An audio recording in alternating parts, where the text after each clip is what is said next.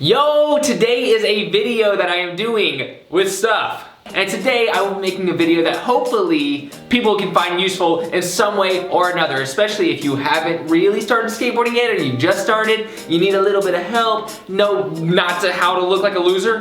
No, not to how to look like a loser. I'll be giving a list. It's a personal list that I've developed, seeing the mistakes amongst beginner skateboarders. Right when they start, they go into it with an altered mindset, kind of like how I would if I joined hockey. If I did hockey tomorrow, I would grab a stick, I would hit it, but then some other guy would be like, no, you gotta hold it like this, you gotta hit it like this, you can't say this. It's the same thing in skating. There's a few things that are taken differently, a few mindsets that are developed before skating, and once you start skating, you're like, oh, completely different. Let's jump into it. Number one, skateboarders are all the same type of people. Skateboarding is like high school. When you walk in, you see a million different types of people. You see the gothics, you see the jocks, you see the nerds, you see the smelly people. Smelly people is a new genre of high schoolers that I just invented. When you go into a skate park, don't expect to immediately find like-minded people. The thing that you do share is skateboarding, which everyone who skateboards can share a conversation about. If you want more information on the types of skateboarders, my friend Lamont Holt actually made a video about that, and I think it's hilarious and pretty spot on. Number two, attention to detail is super crucial. Here's the harsh reality of it. A lot of skateboard products, when it comes to the bearings, the wheels, the skateboard decks, they're all very, very similar, and someone isn't better because they have a different type of board, because the shape is a little off, because the ABEX are 7 instead of 5 and 9. ABEX don't matter at all, by the way. When you're first starting off, you're experimenting anyways. You're not gonna jump on a board with loose trucks and be like, I'm a million times better at skating because they're not tight. That does not happen. So the attention to detail is very, very, very much not crucial when you first start skating. Just grab a random board, grab something that the skate shop owner recommends, that the people who work there recommend, and just take their word for it because they've been in it for a while. If you know someone who's been skating for more than 5 years, listen to what they got to say because they're smart and you're not yet. Number trace. Does anyone else have the problem where they can't bend their pinkies with their ring finger? Okay. Winning games of skate means you're a better skateboarder. One of the most enjoyable processes of skateboarding is playing the game skate. It's like people who play basketball who like to play horse. For me, being a very untalented basketball player, horse is my go-to. I'm like, I know the rules, I just have to go like this, and then they go like that, and it's really simple. With skateboarding, it's the same way, but skateboarding is so vastly different. The obstacles you skate, the things that you're into. When it comes to flat ground, that is one genre in itself, and then there's 100 different other genres. Someone could be an impeccable skateboarder at everything except for flat ground. So if this one little skater right here can beat this guy in a game of skate, not at all does it mean that he's better at this guy at skateboarding. It just means he's better at this guy at playing games of skate. That seeps so perfectly into my next one. Number 4.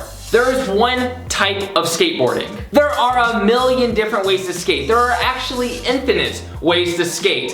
So many different styles and ways of riding a piece of wood have been introduced in the last however many years skateboarding has been around that it is amazing. If you find that you enjoy sitting on a skateboard, going backwards, wearing glasses, and throwing up, then that is your way of skateboarding, and it's probably not the healthiest style ever, but that is your style, and that is the way you like to skateboard. So if you enjoy one type of skating that is different than the way that you're used to seeing, stick with that. Enjoy skateboarding the way you want to enjoy it. This one's gonna hurt a few bellies. Professional skateboarders make a ton of money. On the contrary, most professional skateboarders don't really make more than minimum wage. Clearly it's not shared information amongst the community, but if there's one thing that I know, it is skateboarding. I've been doing it for 15 years. I've been in California in the industry, met all the heads of whoever's running whatever company, and I know this for a fact. And it is sort of sad news, but at the same time, if you become really, really good at skateboarding, you become a professional, that's a cool living, even if you're getting paid very little to do it. There are, of course, exceptions. If you get sponsored by a company outside of skateboarding, like Monster Energy, Nike shoes, then of course, they will compensate you accordingly to how big their company is. But most skateboard companies aren't selling to the vast majority of the world. They're selling to skateboarders, which in the grand scheme of things is a pretty small community when it comes to the demographic of humans who buy Nikes. This one is actually pretty technical. Titan new trucks. Yes, this is a misconception. When you first get trucks, the bushings have to break in. Just skate the board. Don't mess with the trucks if you're just starting off skating. It's gonna feel a little iffy and weird because you're not used to skateboarding. Also with me, when I buy new trucks, my first instinct is to fix the bushings and be like, but you have to get used to the board because eventually bushings, they adjust. I don't really know the science behind this, but the bushings do eventually form in a way to where the trucks will end up getting tighter and tighter and tighter, and then it'll feel right. And then from there you can adjust it. But you have to make sure from loose, it gets tighter first, and then you can form what you need to. Number 7, I think. The more popular you are, the more talented you are. These two are not directly correlated. I've seen some of the best parts I've seen in my entire life with 3,000 or less views. Basically less views than the average YouTuber gets for talking about turds. This tip is here to save you from embarrassment. Do not be the smartest guy in the room by being like, no, this guy's the best skateboarder in the world, and name the most popular person. Or maybe even someone you know, because if you're just starting skating, you probably know more of the people who are popular amongst people who don't skateboard. So just listen and learn. Keep your ears to the wind and your eyes to the sky. The question that you will ask yourself continuously through your skate career / lifestyle / existence of skateboarding lifeness is, why is this dude not sponsored? Why is this dude not pro? Trust me, there are so many people out there who are so talented, who deserve so much, but skateboarding is a business. If skateboarding hired every single person who was good at skateboarding, there would be no money.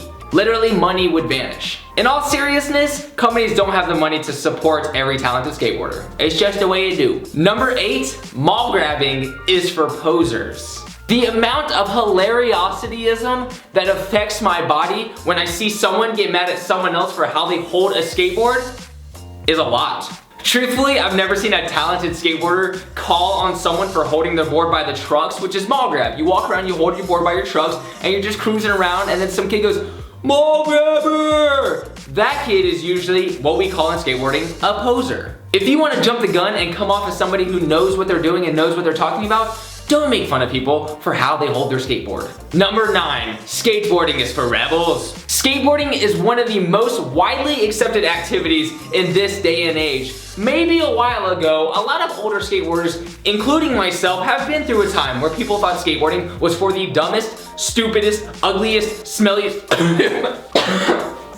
humans alive. But it's not. Skateboarding is just for the individual. Wave your skate flag. Celebrate the fact that you skate, but don't let it ever trick you into thinking you're above anyone else who doesn't skateboard. It is amazing that you found something that you love to do, but truthfully, the world is pretty indifferent to the fact that you skateboard. Number 10, skateboarding is not a sport. Here's the definition of sports, hobby, art, lifestyle. Shall. Truthfully, to me, skateboarding is all 4 of these things. I have competitively skated before, therefore, in that aspect, what are my arms doing? In that aspect, skateboarding is a sport. The activity of skating is what you make of it for yourself. For each individual, it could be something different. Some people truthfully only express it as an art form. Some people are only competitive.